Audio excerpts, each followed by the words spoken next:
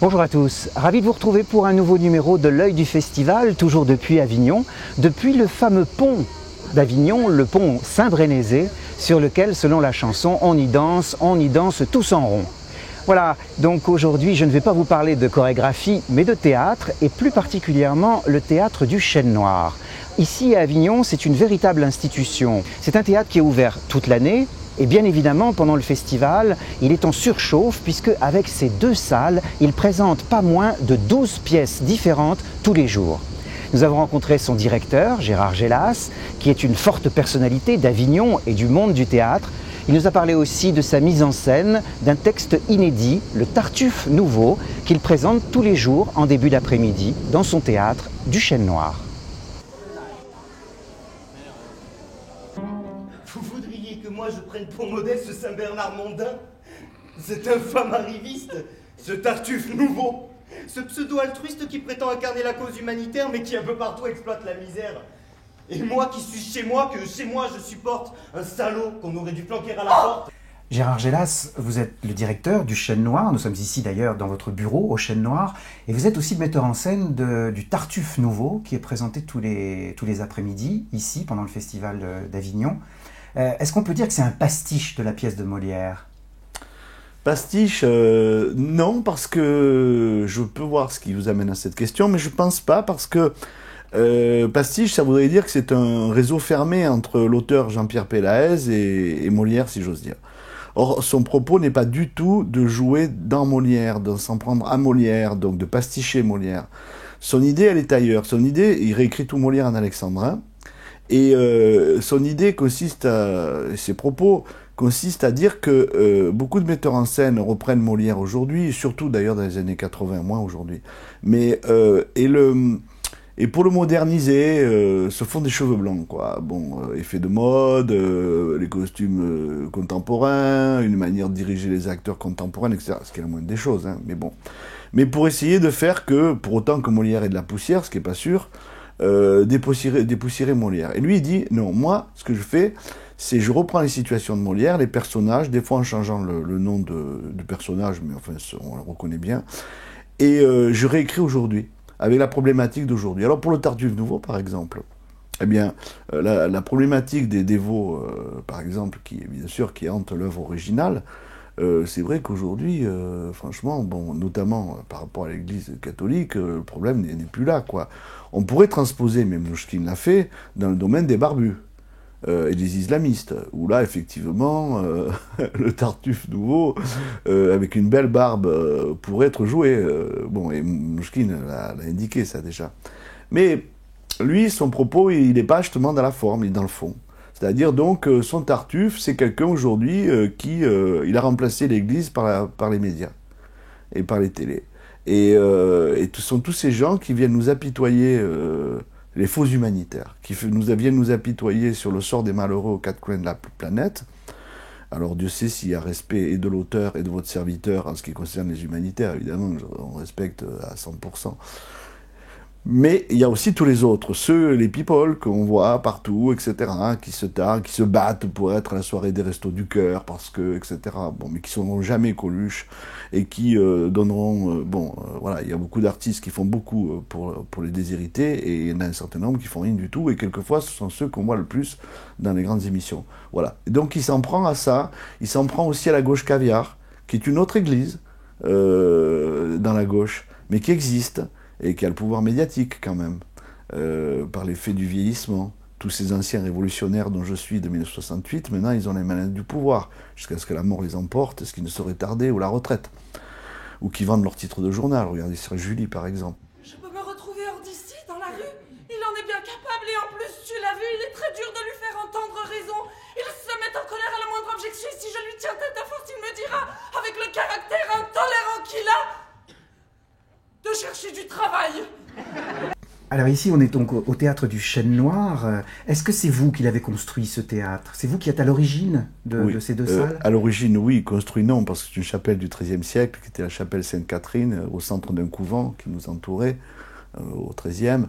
Et voilà, quand j'ai pris ce lieu, en 1971-72, c'était un parking, il y avait des voitures partout. dans la salle John Coltrane, en bas, la salle, c'était de la terre battue avec des voitures, et au-dessus, dans la chapelle, dans la grande salle, c'était aussi un parking. Donc, à l'époque, j'ai loué au prix de la voiture. Et bien sûr, c'était un lieu qui était désacralisé. Je pense qu'il attendait autre chose, ce lieu, autre chose que de servir de parking. Donc moi, j'en ai fait autre chose, j'en ai fait un théâtre. Il y a combien de fauteuils dans vos 2 salles? Ben, officiellement, on va dire 120 dans la salle John Coltrane et 290 dans la salle Léo Ferré. Alors c'est un théâtre qui est ouvert toute l'année, vous fonctionnez toute l'année. Vous donnez combien de représentations par mois à peu près en moyenne? Bon, pas beaucoup, parce que vous savez, Avignon est une préfecture, mais l'hiver ça devient une sous-préfecture. C'est une ville plus très très vivante l'hiver. J'espère de tout cœur que ça change, nous on essaie d'y contribuer à notre modeste place.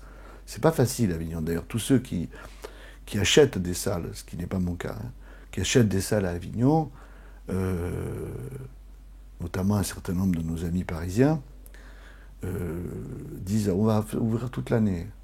Ils le font une saison, 2 des fois, mais ils arrêtent après parce qu'ils n'ont pas de public. Donc on n'a pas un bassin de public colossal. Cela dit, par exemple, le Tartuffe, je l'ai créé ici en novembre, on a fait plus de 3500 spectateurs. Voilà. On n'était pas à nos limites, je pense qu'on aurait pu... Mais bon. Donc, mais ça, ce sont mes créations. Sinon, pour les spectacles accueillis, on joue une petite semaine. Et on a une programmation où il y a 2, 3, 4 spectacles à peu près tous les mois, ici. Et puis, donc, une saison d'abonnés. Je suis le seul à avoir une saison d'abonnés sur Avignon l'hiver avec l'Opéra municipal. Pendant le festival, cette année par exemple, vous présentez combien de spectacles par jour? 12, voilà, 12 dans 2 salles. Voilà. Mais la règle ici, il y a 3 règles. Premièrement, on ne loue pas les salles. On travaille en participation, en co-réalisation avec les artistes que j'invite. Première base. Deuxième chose, on essaie autant que faire se peut que ce soit des créations ou alors des spectacles peu vus, relativement peu vus. Troisième règle, faire que la compagnie accueillie puisse avoir son décor. Je ne demande jamais à une compagnie, ah ben non, enlevez le décor, mettez-moi une chaise et une table parce que sinon on n'arrivera pas à enchaîner derrière. Donc ça veut dire avoir des équipes techniques prodigieuses. Bon, les gars qui travaillent avec moi sont très bons. Et les équipes accueillies aussi ont de très très bons techniciens. Et puis, avoir des loges. Alors ça peut paraître complètement farfelu quand on dit ça, surtout sur une chaîne aussi éminente que la vôtre, où tous ceux qui la regardent connaissent bien le théâtre. Mais c'est pas farfelu à Avignon. Donc nous, on veille bien entendu à accueillir les gens, à ce qu'ils aient des loges, qu'ils puissent se maquiller, qu'ils puissent avoir leur costume. Enfin bref, qu'ils donnent leur spectacle comme s'ils étaient en tournée, pour un seul soir, dans un lieu où il y a un seul spectacle. Mais il y en a 12. Donc la qualité artistique est totalement là. Sinon, on ne fait pas le spectacle. Ce sont les règles que nous nous donnons. Après, il y a d'autres règles encore dessous, c'est le millefeuille. Hein. J'essaye régulièrement, autant que je le peux, d'aider des jeunes compagnies aussi qui ont beaucoup de talent et qui sont moins repérés. Alors on imagine que dans les coulisses, ça doit être rock'n'roll, non? Pendant un mois, c'est-à-dire qu'il y a cette succession de spectacles. Ouais, c'est super. Oui. C'est très fraternel. Ça fait un long moment, mais bon, je dis ouais, mais ça fait un long moment qu'on n'a pas eu de soucis. Les équipes se soutiennent. Il arrive régulièrement qu'un mec qui est à la bourre, des techniciens ou des artistes l'aident à démonter de l'autre spectacle. Les gens se parlent, les gens vont voir les spectacles les uns des autres, d'une manière naturelle. Il souffle ici un vent qui souffle peu sur Avignon, c'est-à-dire celui de la rencontre et de l'échange. Avignon est quand même, on le sait tous, et même moi ça me profite, évidemment, c'est un marché. Mais moi, ceux qui disent que c'est simplement le Midem, je suis pas d'accord. On oublie le public. Le public, lui, il vient pas faire ses courses. Lui, il vient chercher un supplément, j'aime pas le mot supplément, pardon.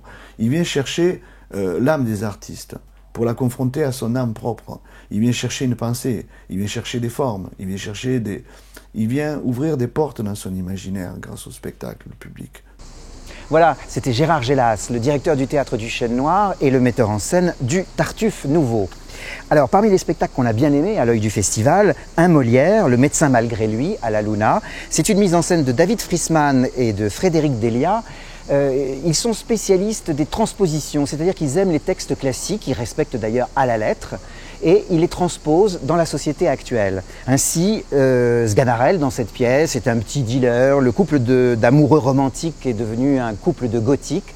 C'est très drôle et en même temps c'est très intelligent, on entend bien la pièce, ça n'est pas un gadget.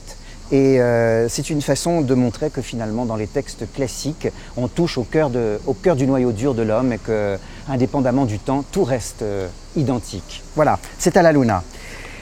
Le récit de la servante Zerline, Présence Pasteur, c'est un texte tiré d'un roman d'Hermann Broch, Les Irresponsables. On l'a entendu, dit par Jeanne Moreau il y a une trentaine d'années, au Bouffe du Nord. Ici, c'est Marie-France Béron qui reprend le rôle de cette servante et elle en donne une couleur, une tonalité très intéressante. Un obus dans le cœur de Wajdi Mouawad, à l'espace d'Elia, un des plus grands auteurs contemporains de langue française. Il raconte avec beaucoup d'émotion, de dignité et même d'humour le dernier jour de la vie de sa mère. Voilà, un obus dans le cœur. Et puis, affrontement de grands comédiens dans Fratricide, Jean-Pierre Calfon et Pierre Santini. Deux frères se battent, s'affrontent et, ce que ne dit pas le titre, échangent aussi beaucoup de tendresse et beaucoup d'amour. Et puis, Francis Lalanne et Dominique Pinon, dans Inconnu à cette adresse, le chef-d'œuvre de la nouvelle épistolaire de Cressman-Taylor qui raconte la montée du nazisme dans l'Allemagne des années 30. Voilà, c'est au Collège de la Salle. Et puis, Avignon, eh bien, c'est la patrie de plus en plus des one-man shows, des spectacles pour rire, des humoristes. Et on a bien aimé Arnaud Ducret, qui est un véritable comédien polymorphe, qui se transforme, qui devient un professeur d'arts martiaux complètement zarbi, qui devient brutalement un professeur de médecine, très intéressé plus d'ailleurs par ses stagiaires que par ses patients. C'est un très très bon comédien dont on va sûrement beaucoup entendre parler dans les années qui viennent. Et puis on termine avec Une heure avant le mariage, un texte interprété et écrit par Éric Delcourt, qu'on aime bien à la chaîne Théâtre, puisque c'est lui qui a écrit La Sœur du Grec, qui a écrit Hors piste aux Maldives. C'est l'histoire d'un homme qui, une heure avant son mariage, court se réfugier chez son psychanalyste parce qu'il s'interroge et il se demande si vraiment passer la bague au doigt n'est pas une façon de se mettre un boulet au pied. Voilà, c'est très drôle. On finit donc par un sourire pour cet œil du festival. Je vous dis à bientôt, à très vite, pour un prochain numéro.